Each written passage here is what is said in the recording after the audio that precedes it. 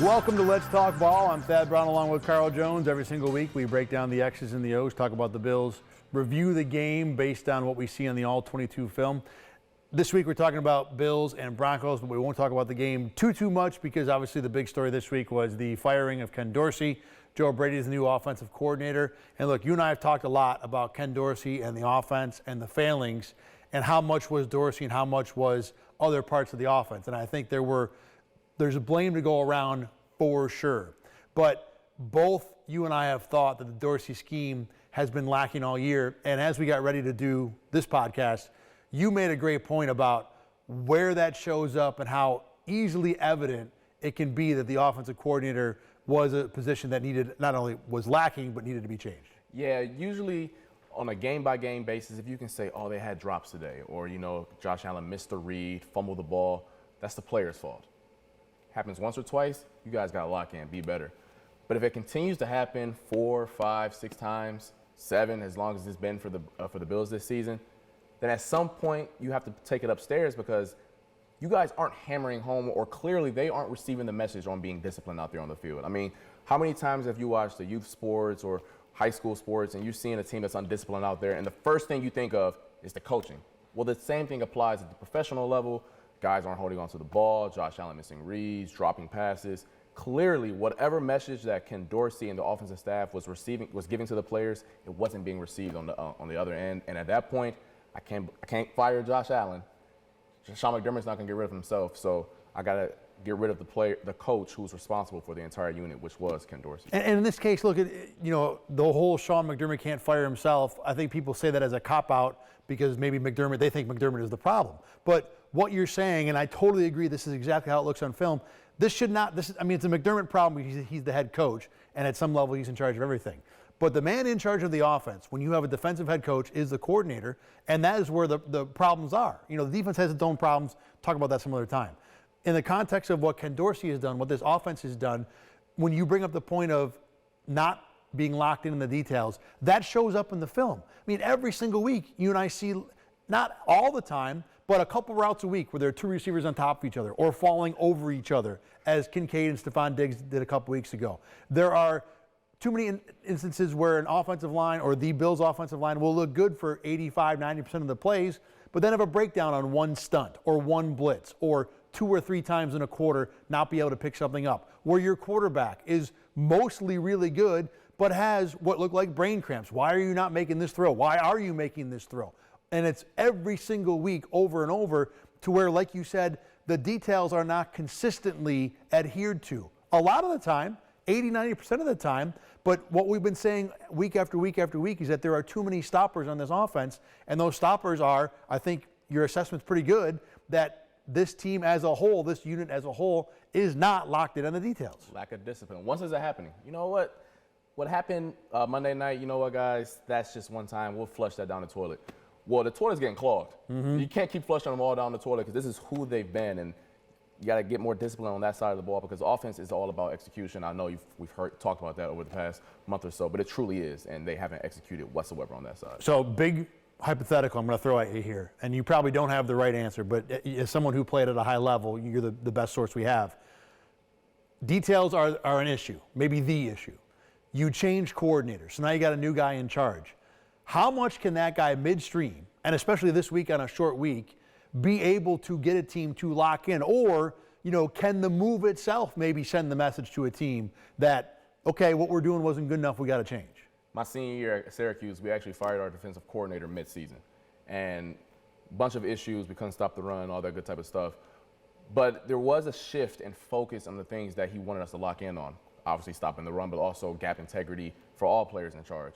So for the remainder of the season, I think it was only 2 or 3 games left, that was what we honed in on. We drilled it in practice, and we watched it on the film, all that good type of stuff.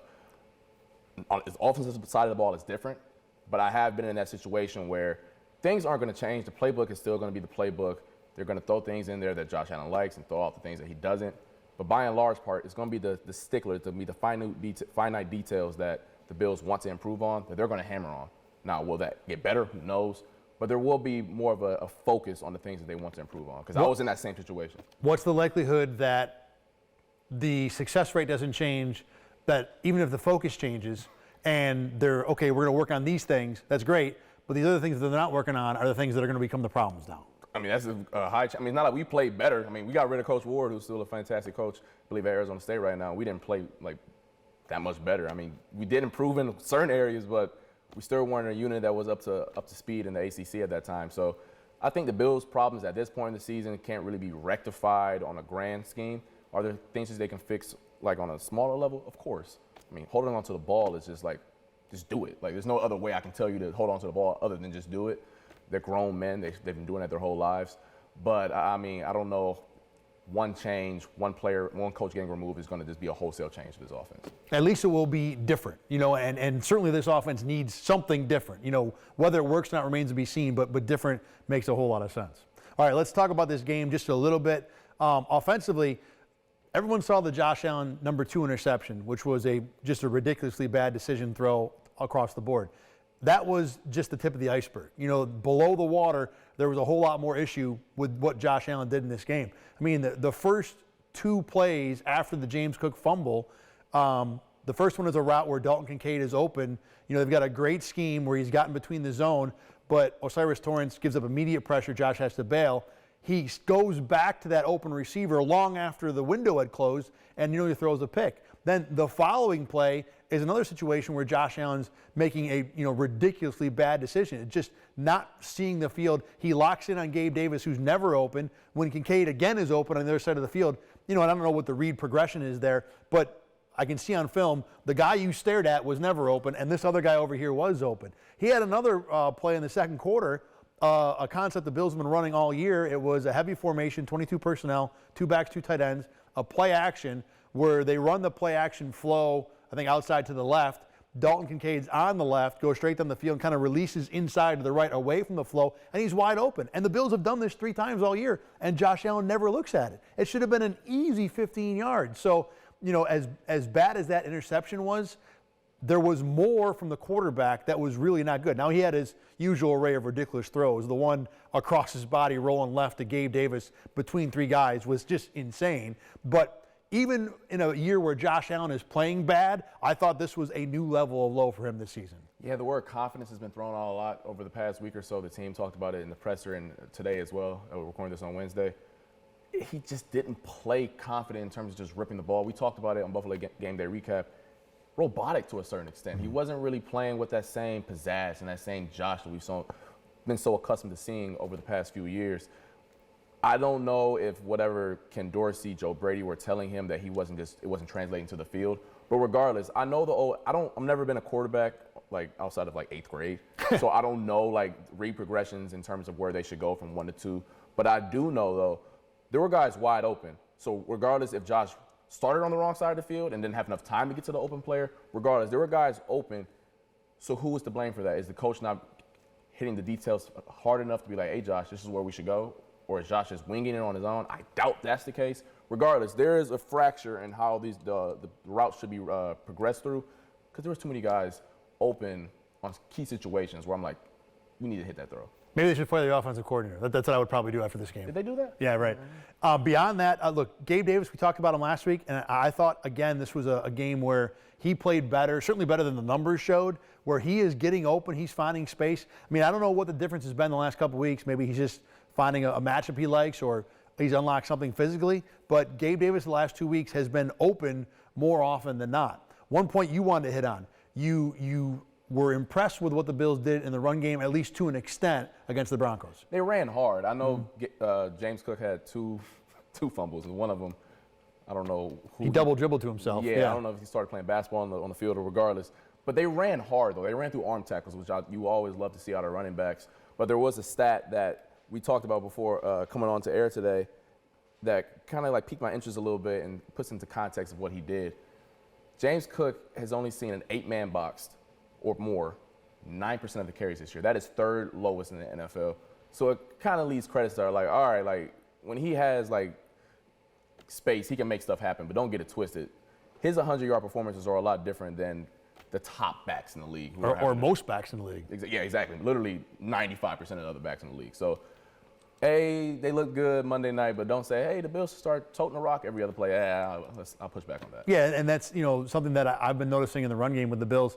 They do get a lot of situations where not only is it not an 8-man box, but when you got 6 and 7 guys in the box, you're also blocking 6 on 6, 7 on 6. In the NFL, if you have an even numbered, when it comes to the offense in a run situation, you should win on that, but you should win big. There are too many times this year where the Bills will have 6 on 6 or 7 on 7 blocking situations, and they might get 5 and 6 yards, and you look back at the numbers and the success rate will be up because that's a good carry. But most teams, most good running teams, they don't get 5 or 6 in that spot. They get 15 or 20, or it's just to the house. So although the success rate and the per carry is going to look good, they're really not doing what they need to be doing in those situations.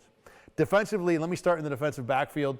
2 things about this that you want to talk about. Number 1, Denver's game plan, and then number 2, the way Rasul Douglas in his first full-time, full week, no caveats of just rolling into town on a Thursday, how he performed for the Bills in that first situation. Yeah, it was the Broncos' game plan wasn't any different than after I saw it on the All-22. They did not want to put the ball in harm's way at all. There was a lot of 2- and 3-man routes where it was just max protection, and if Jerry Jeudy and Cortland Sutton were open down the field, they were checking it down to the tight ends and backs, and quickly too, real quick. So that adds some context as to why they maybe couldn't get home and get pressure on rushes maybe as much as you would like. But also with Rasul Douglas, I liked what I saw for the most part with his performance. He had the PBU late in the game, had some nice tackles in the run game, which Sean McDermott loves to see his DBs tackle. And then also, I know he got big bodied on the Cortland Sutton play, but no DB is going to be perfect out there on the over route. So for a game that they didn't really get many opportunities to shine, for corners in general,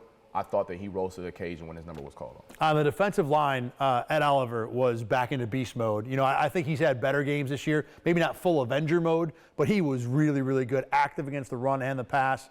Linval Joseph, the other new guy, I think he's been fine, but he's certainly not Daquan Jones. And look, if he was, someone would have signed him before 2 weeks ago.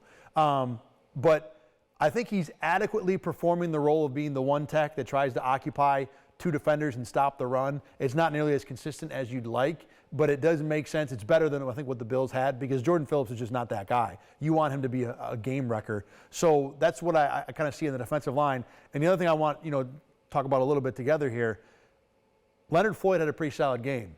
But on plays where Oliver and Floyd both got blocked, run or the pass, it didn't seem like the Bills had any other answers on the D-line. They didn't, and there was a lot of plays where Russell Wilson just escaped the pocket. He just made those plays. Didn't look like vintage Russ. No, he wasn't out there looking like the Russ from 2015. He was ready to slide fast. Man, he was going down quick, all right? But he was able to, turn back the clock a little bit and got down and evaded the pocket. So I think that speaks to the Bills' pass rushers not having good lane integrity, pass integrity when they're getting to the quarterback.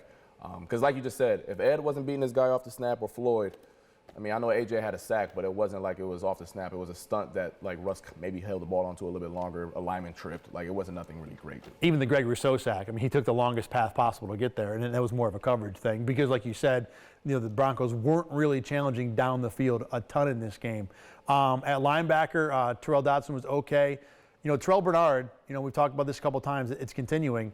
I don't know if it's because he's got to worry about so many things around him because every single week there's a different package of, who's covering with me, who's in my run fits with me. But, look, he's not a bigger guy, and he gets swallowed up pretty much any time an offensive lineman gets on him, whether it's in the run game or when he tries the blitz. I think there's potential there. But this is not a guy who stepped in and been an impact starter since week 5, basically. Yeah, and I think that speaks to the guys in front of him. A smaller guy like that who is a speed guy, trying to evade all the good type of get your hands off of the offensive lineman and stuff like that. When there's a bunch of stuff changing in front of you and necessarily they aren't dominating, well, that's not clean for you. That allows those big 300-pound linemen to put their hands on you and you 220. I know a little bit about physics. You ain't getting off of him. So, right. so that kind of speaks to why he's struggling a little bit. What physics level did you get to at Syracuse? I didn't know physics, guys. Okay. I was trash. Science is not my thing. I'll tell y'all that right now. That was Eric Snyder's thing. The one point I want to make here, too, so the Bills' defense, which is badly beaten up, really hung in most of the game, but then at the end when they needed to stop, they couldn't get it. Going back through the last 2 Broncos drives, I was trying to find what's the connective tissue, what's the thing that the defense isn't doing. And, we talked about this on Buffalo Game Day Recap after the game. There wasn't really a thing.